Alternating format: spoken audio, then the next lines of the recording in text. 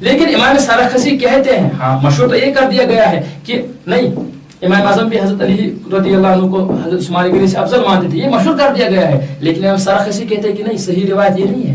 صحیح روایت یہ ہے کہ حضرت عثمان غنی رضی اللہ عنہ کو حضرت علی کرم اللہ وجہ پر فضیلت تھی. یہی امام اعظم کا بھی مسلک ہے، امام سرخسی نے لکھا ہے. تو یہ کہتے ہیں صحیح روایت ہے. اب وہ زیادہ جانتے ہیں ان سے کیا روایت سے ہے کہ میں زیادہ ان کو پتا ہے. ہم تو ہم کو یار ان کے ناقل ہیں، ان سے نقل کرتے ہیں، ان کے دلائل پڑھتے ہیں. امام راضی نے دلائل دیے ہیں اور اتنے دلائل دیے ہیں، اتنی. آپ پڑھیے امام راضی کی کتابیں، آپ پڑھیے امام ماتریدی کی کتابیں، آپ پڑھیے امام سرخسی کی کتابیں، عقائد کی کتابیں پڑھیے. تو یہ نہیں ہے کہ آپ کسی حدیث کے پیچھے، حدیث پہ تو بحث ہوگی یہ صحیح ہے کہ ضعیف ہے.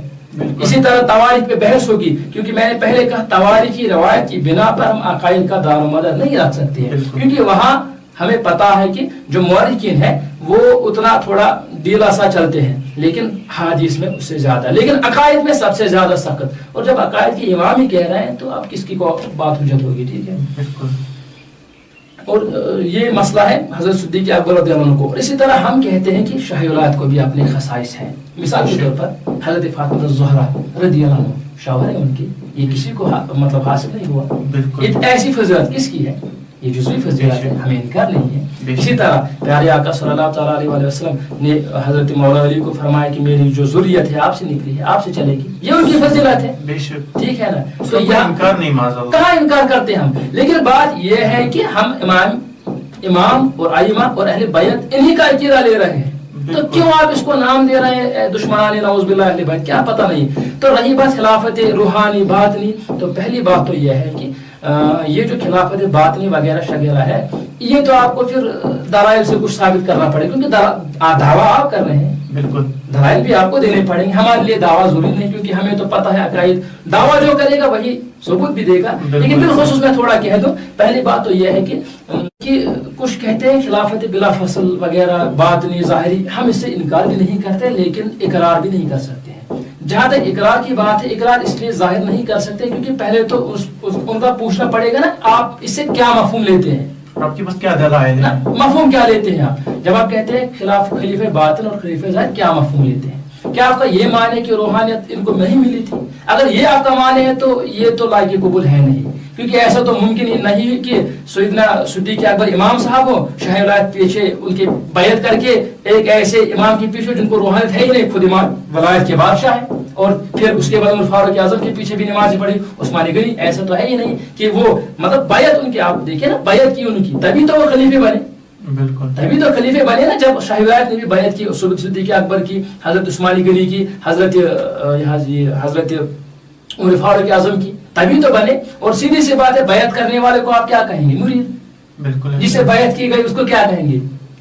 تو آپ کہہ رہے ہیں پیر صاحب کو باطنی کچھ نہیں تھا اور مرید کو سب کچھ تھا، پتہ نہیں کیا عقل ہے کیا بات ہے نا. تو پہلے ان سے مفہوم لیں گے، اس حوالے سے ہم اقرار انکار کر سکتے ہیں. تو جہاں تک یہ بات رہی روحانیت کی، ہم کہتے ہیں کہ پیارے آقا صلی اللہ علیہ وسلم نے جہاں ظاہری چیزیں بانٹی وہاں روحانیت بھی بانٹی. اب کسی کو کم ملا، یہ تو جس کا جتنا ضرورت تھا. تو یہی وجوہات ہم کہتے ہیں شاہی ولایت حضرت امام علی کو یہ اس لیے کہتے ہیں کہ انہوں نے ولایت کا دروازہ عوام کے لیے بھی کھول دیا. اور صدیق اکبر کو اتنا ٹائم نہیں ملا کہ وہ تو آپ کو پتا ہے جب خلیفے بنے تو یہاں سے مرتدین کے ساتھ جنگ، یہاں سے ان کے ساتھ، اور پھر عمر فاروق اعظم کو بھی ادھر ادھر کے مسائل، اور پھر ہر خلیفے کو. لیکن شاہ ولایت کو یہ موقع ملا کہ انہوں نے اپنے اماموں کو دے دیا. اسی لیے یہاں نہیں کہتے علماء کہ ان کو کھلا، پتہ نہیں یہ کہاں سے کس امام سے تصوف کے کس مجتہد سے لائے ہیں. لیکن وہ کہتے ہیں کہ جب امام حسن نے خلافت ظاہری سے پیچھے ہٹا، جب وہ پیچھے، علماء یہ کہتے ہیں خلافت باطنی اہل بیت کو ہی ملی، لیکن کب ملی، کن کے بعد ملی؟ وہ کہتے ہیں جب امام حسن نے جو ظاہری شان و شوکت خلافت امیر معاویہ کو دے دی کہ ان سے صلح کر دے، کہا کہ نہیں یہ ہے آپ، وہ خلیفہ راشد تھے کون؟ حضرت امام حسن مجتبی رضی اللہ عنہ. انہوں نے صلاح کر لی امام امیر معاویہ سے، وہ کہتے ہیں یہ لیجیے آپ. وہ تب کہتے علماء کہ یہ جو انہوں نے یہاں سیکریفائس دی نا، تو اللہ تبارک و تعالیٰ نے اس کے بدلے پھر اہل بیت میں ہی خلافت باطنی ڈال دی. یہاں سے تب تک جو بھی خلافت پہ آتے تھے نا وہ ظاہری بھی اور باطنی بھی، کیونکہ وہ نائب رسول کی جگہ کھڑے ہیں. خود دیکھیے نا صدیق اکبر کہاں کھڑے ہو رہے ہیں، اور اللہ کے رسول علیہ السلام چاہتے تو سیدنا علی المرتضی رضی اللہ تعالیٰ کو ان سے پوچھا بھی گیا، بالکل ان سے پوچھا بھی گیا، وہ جب ان کو آخری ایام تھے تو وہ کہتے جاؤ ابوبکر کو لاؤ نماز کے لیے. اب خود دیکھیں، وہ میں نے ایک بار ایک سے کہا، اس نے کہا کہ کیا یہ ضروری ہے کہ امام افضل ہوں یہ مقتدی سے؟ میں نے کہا کہ ہاں حضرت صدیق اکبر رضی اللہ عنہ نے پیارے آقا کے زمانے میں نماز پڑھائی تو یہ فضیلت ان کی افضلیت کی دلالت کرتی ہے، وہ افضل ہے. اس نے واپس کہا کہ امام صاحب افضل ہونا ضروری ہے؟ میں کہتا ہوں ہاں ہے. آپ کو کس نے کہا امام صاحب افضل نہیں ہو سکتا ہے؟ اور امام صاحب سب سے زیادہ اچھا، سب سے زیادہ اہل خیر، سب سے زیادہ اہل علم اور اہل تقوی ہونا چاہیے، سب سے زیادہ علم اور تقوی والا، اور سب سے زیادہ افضل ہونا چاہیے مقتدیوں سے. یہ ہمارا حنفی مسلک ہے، ماتریدی مسلک ہے. ہاں یہ صحیح ہے، ہم کہتے ہیں کہ بسا اوقات اگر کوئی امام ایسا بھی ہو کہ وہ افضل نہ ہو تو اس کے پیچھے نماز درست ہے، ہم یہ کہتے ہیں. لیکن یہ مسئلہ نہیں ہے کہ وہ خود چڑھ گئے، مسئلہ یہ ہے کہ نگاہ انتخاب نے ان کو چنا. اللہ اکبر. مسئلہ یہ نہیں ہے کہ مطلب وہ اگر یہ بات ہوتی نا، وہ مطلب انہوں نے امامت کی ہوتی ایک دو، ہم خود سے کی ہوتی، صحابی نے چنا ہوتا، یا ہم یہ کہ کوئی کہتا کہ نہیں ایک دو بار انہوں نے آگے کی، ہم کہتے کہ نہیں ٹھیک بات ہے، ہم کہتے ہیں کہ ٹھیک ہے یہ فضیلت پہ دلالت نہیں کر سکتی، افضلیت پہ نہیں کر سکتے، لیکن ہم کہتے ہیں مسئلہ یہ کہ چنا کنہوں نے. اللہ اکبر. اور ان کو پتا ہے، وہ خود کہتے ہیں فاطمہ زہرا کو کیا کہا رضی اللہ تعالیٰ عنہ، کیا کہا سلام اللہ علیہا، وہ کیا کہتے ہیں ان کو کہتے ہیں، وہ ان کے کان میں کہا، ان کو پتا ہے کہ اب یہ ملاقات آخری ہے. بے شک آپ دیکھیے نا دلائل ہیں. وہ پھر بھی کیا کہتے ہیں، او بکر کو بولو امامت، صدیقہ رضی اللہ تعالیٰ عنہ، طاہرہ صدیقہ رضی اللہ عنہ کہتی ہے عمر کو بول دو. اب دیکھیے نا عقل ان کی بھی دیکھیے، وہ کہتے کوئی یہ نہ کہہ دے کہ شوہر سے اس نے اپنے باپ کا نام لے لیا. اللہ اکبر. وہ کہتے کیا عمر کو کہہ دو، عقل ان کے پاس ہم سے زیادہ تھی. وہ کہتے کیا عمر کو کہہ دو، بار بار وہ کہتے کہ نہیں ابوبکر کو، وہ کہتے عمر کو، عمر کو کہتے کہ ابوبکر زیادہ رونے والے نماز میں ہیں، وہ روتے ہیں زیادہ، خشیہ کرتے ہیں خشوع میں، وہ کہتے ہیں ابوبکر کو بول دو. یعنی یہ اصرار بار بار بار بار. اتنا ہی نہیں، ہاں کوئی کہہ سکتا ہے کہ ہو، لیکن اتنا ہی نہیں، یہ بھی تو بخاری میں ہی 10-12 جگہ یہ حدیث آئی ہے کہ پیارے آقا صلی اللہ علیہ وسلم ایک بار تھوڑا تیار ہوئے اور حضرت علی یہاں حضرت عباس یہاں کو مسجد میں لے گئے، اور وہاں انہوں نے چاہا کہ ابوبکر کو آپ اپنی جگہ بیٹھو میں آپ کے پیچھے رہوں گا، یہ بھی آتا ہے حدیث میں. لیکن انہوں نے کیا کہا، ابو قحافہ کے بیٹے کی کیا جرت آپ کے سامنے کھڑا ہو. اب دیکھیے نا کہاں آپ یہ دلائل چھوڑتے جاتے ہیں. تو میں یہی کہتا ہوں، اور یہ دلائل ایسے دلائل ہیں جن پہ ہماری روح. ہاں مسئلہ یہی ہے کہ اگر آپ ماننا چاہیں گے، بالکل اگر آپ ذہن کھولیں گے تب ٹھیک ہے، اگر آپ اس بارگاہ سے واقعی محبت ہیں، اگر آپ نہیں ماننا چاہتے ہیں تو اس بارے میں ہم کیا کہہ سکتے ہیں. اس لیے ہم کہتے ہیں کہ صدیق اکبر رضی اللہ عنہ کی فضیلت کاملہ اور متعلقہ سارے صحابہ اور اہل بیت پر ہے ٹھیک ہے. ہاں اپنی اپنی فضیلت، اپنی اپنی جزوی فضیلت سب کو حاصل ہے، اس بارے میں کوئی شبہ نہیں ہے. لیکن یہ کہنا کہ مطلب ابو صدیق کی نعوذ باللہ توہین یا کسی صحابی کی توہین، یہ اہل سنت کا طریقہ کار نہیں ہے. اور یہ بھی کہا جاتا ہے کہ جو ہے کہ اپنا اپنا عقیدہ اگر ہم کسی کو بتاتے ہیں کہ یہ اہل سنت کا عقیدہ ہے تو وہاں سے لوگ جیسے ہم سوشل میڈیا پہ دیکھتے ہیں یا ڈفرینٹ ویب سائٹس پہ، وہاں پہ یہ جواب آتا ہے کہ اپنا اپنا عقیدہ. ہاں ٹھیک ہے، تو یہ بھی ایک چیز ہے کہ ہمارا کوئی اپنا عقیدہ تو نہیں ہے. یہ بھی ایک بیسک بات تو یہ ہے کہ جو عقیدہ ہوتا ہے کہ پہلی بات یہ ہے کہ ٹھیک ہے اپنا اپنا عقیدہ کوئی رکھ سکتا ہے، مجھے اس میں کوئی بات نہیں، اللہ تعالیٰ کو الگ الگ جواب دینے ہیں، لیکن آپ اپنا عقیدہ پھر اپنے تک رکھیے. بالکل لوگوں میں کیوں تشہیر کر رہے ہو آپ؟ صحیح بات ہے کہ نہیں؟ ایسا ہی آپ کا ذاتی کچھ رائے رکھیے اپنے پاس، لیکن اگر آپ عوام میں لا رہے ہیں تو ہمیں حق ہے سوال کرنے کا. کیوں؟ کیونکہ عوام اس میں اگر پڑ جائے گی تو ہمیں بھی تو ذمہ داری ہے، وہ گمراہ ہو جائے. صحیح ہے کہ نہیں؟ مطلب آپ نے مثال فار ایگزامپل کوئی کچھ بھی مانتا ہے اس کی اپنی مرضی، لیکن جو بات اس نے پبلک میں ڈال دی اب وہ اس کا اپنا نہیں رہا میرے حساب سے. کیونکہ پھر تو ایسا ہی کوئی بھی گمراہ آئے گا، وہ کچھ بھی کہ میری مرضی ہے. ارے ہماری بھی تو کچھ ذمہ داریاں ہیں. ہم یہ نہیں کہہ رہے ہم چوکیدار نہیں، آپ کی جو مرضی، آپ کوئی کہہ رہے اپنا عقیدہ ہے ٹھیک ہے، اس کو ان کو اپنا حق ہے، پڑھے. میں تو بار بار کہتا ہوں لوگ پڑھے، لوگ تحقیق کرے اور جو ان کو سمجھ آتا مانے. لیکن اگر آپ اتنے بڑے اماموں سے اختلاف کرنا چاہتے ہیں، امام اعظم سے، امام شافعی، یہ بات آ گئی بیچ میں، کوئی کہتا ہے کہ امام شافعی کو بھی تو اہل بیت سے محبت تھی، ٹھیک ہے ہم کہاں انکار کرتے ہیں. انہوں نے کہا کہ اگر اہل بیت کی محبت لفظ ہے، ہم بھی کہتے ہیں، لیکن ان کا عقیدہ پوچھیے نا، وہ پوچھے افضل کس, وہ کہتے ہیں کہ میں تو عثمانی غنی کو ہی افضل مانتا ہوں حضرت شاہی ولایت سے, ان دونوں کی بات ہی نہیں ہے, یہ میں نہیں کہتا ہوں.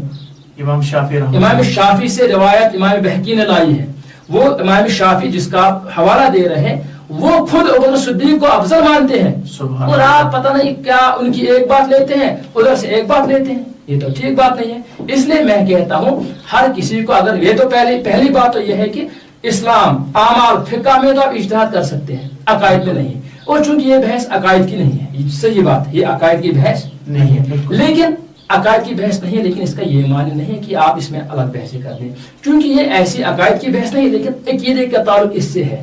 بظاہر عقائدے کی ڈائریکٹ نہیں, انڈائریکٹ ہے. انڈائریکٹ کیوں ہے؟ اس لیے ہے کیونکہ اس حیثیت سے پھر باقی صحابہ کے بارے میں آپ کی عظمت وغیرہ جاتی ہے. اسی لیے ہمارے عقائد کے علماء نے اس پہ بحث کی. اصل میں عقائد کا بحث ہے یا نہیں ہے؟ پہلی بات تو یہ ہے کہ اگر یہ عقائد کا بحث نہ ہو, اجتہاد کا تو ہے, اور آپ کے پاس اجتہاد کی کون سی صلاحیت ہے؟ آپ کہتے ہیں میرا عقیدہ یہ ہے, ارے ہے کیا آپ کے پاس؟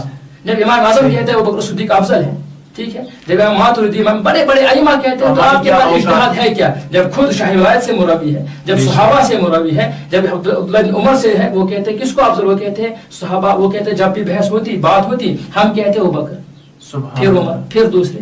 حضور صلی اللہ علیہ وسلم کہتے ہیں اقتدوا بالذین من بعدی, میرے بعد ابوبکر عمر کی, یہ کہاں چھوڑ رہے ہیں آپ؟ تو یہی بات ہے, اگر آپ اس کو عقائد کی بحث نہ مانیں, عقائد کا مسئلہ نہ مانیں, اجتہاد کا نہیں مانیں, آپ اقناعی عقیدہ مانیں, پھر بھی ہے کیا آپ کے پاس اجتہاد کرنے کے لیے؟ ہے کیا آپ کے پاس؟ ارے اتنے بڑے بڑے مجتہدین, ان کو افضل آپ کیا ہے؟ ٹھیک ہے. دوسری بات کہ اگر آپ کی پرسنل رائے آپ اپنے پاس رکھیے, عوام میں کیوں ڈال رہے ہیں؟ بالکل صحیح ہے کہ نہیں؟ ہاں آپ کہیں گے میرے پاس دلائل ہے, سامنے لائیے, اور اس سے عوام بھی گمراہ ہو رہی ہے, ان کے دلوں میں بہت سوال اٹھے رہے ہیں کہ ایسا کیا مسئلہ ہے کیا؟ مطلب ایسے پیش کیا جا رہا ہے کہ نعوذ باللہ جیسے تضاد ہے دونوں میں, نعوذ باللہ من ذالک.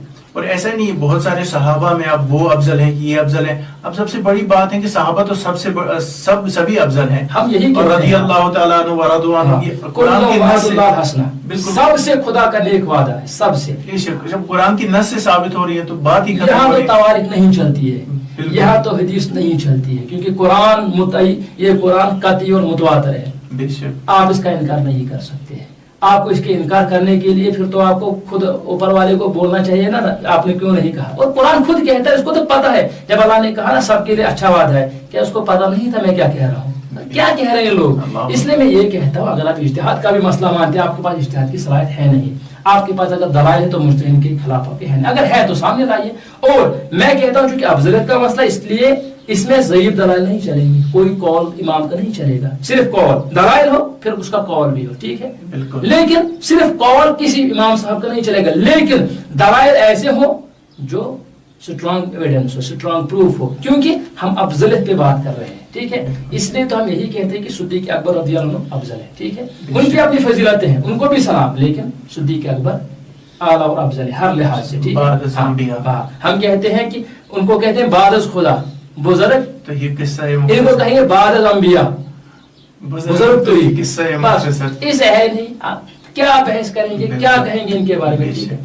اچھا, آپ کا بہت بہت شکریہ, آپ نے اپنا قیمتی وقت نکال کے ان امپورٹنٹ ایشوز, کیونکہ اس وقت اگر کسی کا ایمان بچ جائے, کیونکہ صحابہ اور اہل بیت کی محبت ہمارا جان بھی اور ہمارا ایمان بھی ہے, اور لوگ اس سے فائدہ اٹھائے, اللہ پاک آپ کو جزائے خیر عطا فرمائے. اور ایسے بہت سارے جو یہ مسائل ہیں آپ کو بار بار جو ہے ہم تکلیف دے دیں گے, تاکہ لوگ آپ سے وہ فیض حاصل کریں. جی, اللہ پاک آپ کو سلامت رکھے, اور جو ہے کہ تمام ناظرین کے لیے دعا ہو جائے. تاکہ پہلی بات تو یہ ہے کہ آپ کے وقت کے لیے بھی شکریہ, اور ہم تو یہی کہیں گے کہ جو بھی میں نے کہا کوئی یہ نہ سمجھے ان کی اپنی انفرادی رائے, پہلے تو میں یہ کہہ دوں یہ میری اپنی انفرادی رائے نہیں ہے, یہ ہمارے ائمہ کی رائے ہے, یہ ہمارے اماموں کا قول ہے, ان کے اقوال, یہی میں نے سامنے بھی رکھا, اور اس پہ اتنے دلائل دیے بھی نہیں, ٹھیک ہے, یہ میری انفرادی رائے ہے نہیں.